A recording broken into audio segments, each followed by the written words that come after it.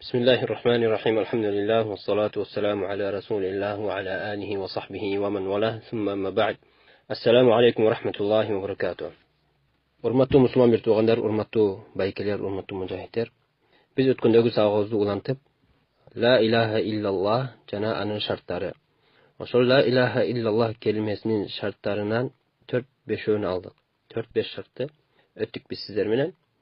Бүгүнгү улантып айтып кете турган шарттары сүйүү деген, ал-махабба деген шарт бар. Албетте тавхид китептерин ата турган болсоңуздар, тавхид китебинде эң чоң тема жана эң чоң ошол баб кылып ачып башла турган темалардан бири, тавхидтин эң чоң темалардан бири махабба. Же болбосо башкача айтканда ал-валау лил-муъминин вал-бараату лил-мушрикин.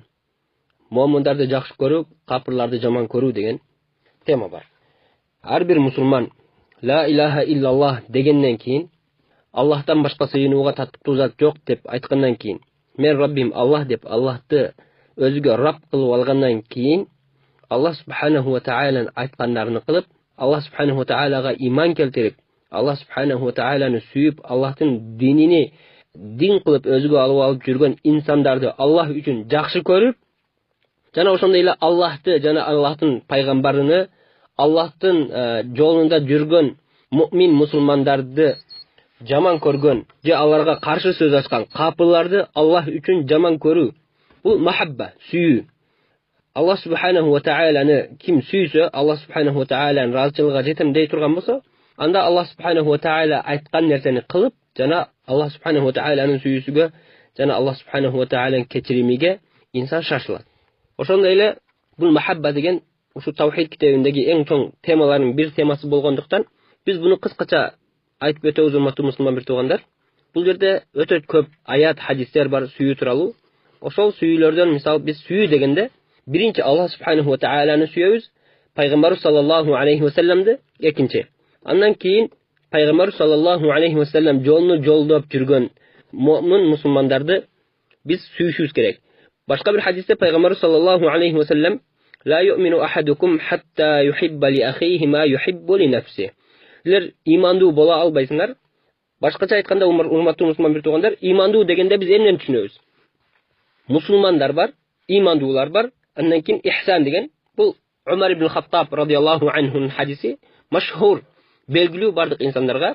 Жабраил алейхиссалам келип биздин динибизди бизге үйрөтүш үчүн өзүнү адам көркүндөй кылып келип, ошол жерде 3 нерсени сурайт. İslam emne, iman emne, ihsan emne. Бул жерден биз түшүнөбүз, ислам мусулмандар менен муъминдардын ортосунда айырмачылык бар. Мисал, бардык мусулмандар муъмин эмес, тескерисинче муъминдардын баары мусулман деген каида бар. Адам мусулман болушу мүмкүн, ла илаха иллаллах деп коюп, мусулман болушу мүмкүн. Мусулман, бирок күнөөкөр, намазды окубайт, намазды өз убактында окубайт, бир күн намаз окуп, бир күн окубайт, намаз окусам ишимден мени кубалап чыгат дейт. Анда бул дегени бул сүйүүсү Аллах үчүн, же болбосо иманы Аллах үчүн толук эмес. Имандын даражасына жете элек экендигин билдирет. Ошондуктан имандуу болуш үчүн урматтуу мусулман бир туугандар, ла илаха иллаллахка, ла илаха иллаллах дегенден кийин буга амал кылып, жана ла илаха иллаллахтын шарттарыны адам колдонуп, буларды өзүгө амал кылыш керек. Ар бир инсан Аллахтан башка кудай жок. Мен ошого гана сыйынам. Ошол гана бизге рызык берүүчү, ошол биздин ажалыбыз мисал келет, ошол биздин жаныбызды алат, ошол бизди тирилткен, кайтып ага барабыз. Тавхид өтө кеңири кең. Эгерде ким Аллах менин кудайым, мен ошодон корком дей турган болсо, анда Аллахты жакшы көрүп, Аллахтын айткандарын кылыш керек деп өттүк. Аятта Аллах субханаху ва таала эмне дейт?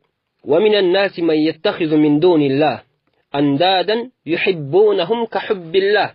İnsanların ortasında bir işinde insanlar var.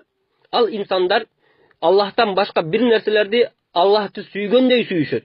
Bu dünyada kevri insanlar var. Allah subhanahu wa ta'ala sizi jaratkan, meni jaratkan, uşul sizge berilgen nimetler. Allah subhanahu wa ta'ala uşuların barını sizge beker bergen. Uşul Allah subhanahu wa ta'ala sizge uşunça kun, rızk, jaşoo, bala çaka, baylık, en negizgisi den soluktu Allah subhanahu wa ta'ala sizge beker bergen.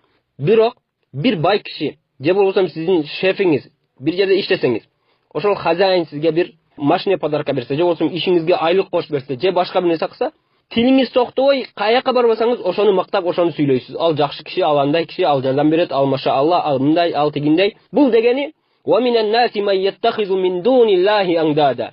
Allah'tan başka bir nerselerdi özörgön ne? Süyü üçün bir nerselerdi özörgö alışat. Allah'ты süygöndө süyüşөт.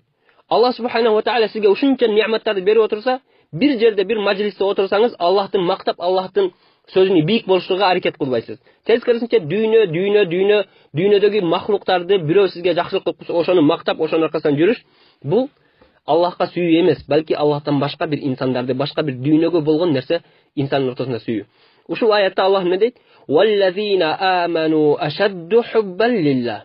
Allah'a iman keltirgenler, iman darajасына жеткендер, Allah'ты өзгө Кудай деп билип, Allah'a ibadat kılgan insanlar Allah'a öte katı süyülөр бар. Алардын süyüsü öte күчтүү Allah үчүн. Allah subhanahu wa ta'ala'nın süyüş, Peygamber sallallahu aleyhi ve sellem süyüp arkasından жүрүш, bu bizim dindeki nerse, jana biz bunu atkarışыбыз керек.